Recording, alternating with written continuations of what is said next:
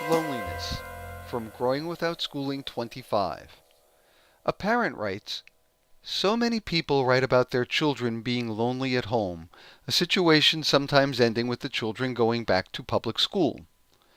This was a problem we confronted with E, our oldest daughter. Even when she was just 3 or 4, it created difficulties in finding a neighborhood where we could both be happy. I was a single parent at the time, and she was my only child. She was 7 when I got married and we moved here, all quite suddenly. Up till then, she had always lived in a city, seen lots of her grandparents, cousins, aunts, and uncles, and attended either daycare, free school, private school, or public school. The change was drastic for her in all ways.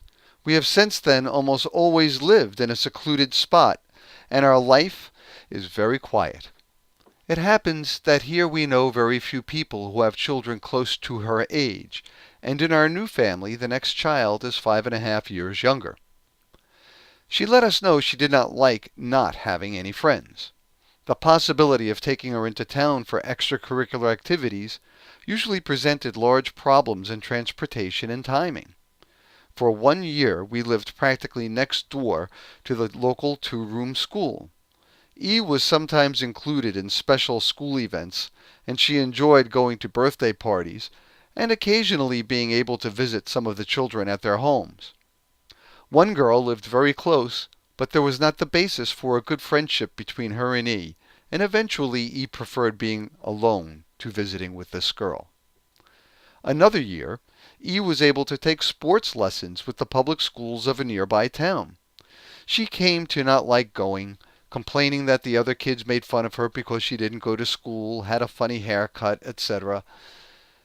Now I see that from time to time she runs into one of these kids when we are in town, and she is happy to have the chance to say hello or to have a little chat.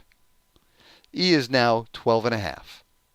During these past 5 years, I have often felt bad that she had to live without friends, especially that she had no special pal. Relatives on all sides made their disapproval plain. Now I feel the tide turning, within both me and E. I think loneliness for a child is something that can be endured, and a child may even grow to be a better person for having gone through it. I don't think any of the children I have read about in GWS have desired social contacts more desperately than E, yet I do not believe those contacts are necessary. It's that old socialization bugaboo. I think the peer group has been overplayed in our time. The real world is full of people of all ages and varieties. As adults, we do not relate only or even primarily to people of our own particular age. Social contacts are indeed necessary. Let me clarify myself. It is peer group contacts that are dispensable. I would not arbitrarily deprive a child of peer group contacts, and neither would I strive to provide them artificially. And it is a very rare child who does not have enough social contacts just as part of her own life.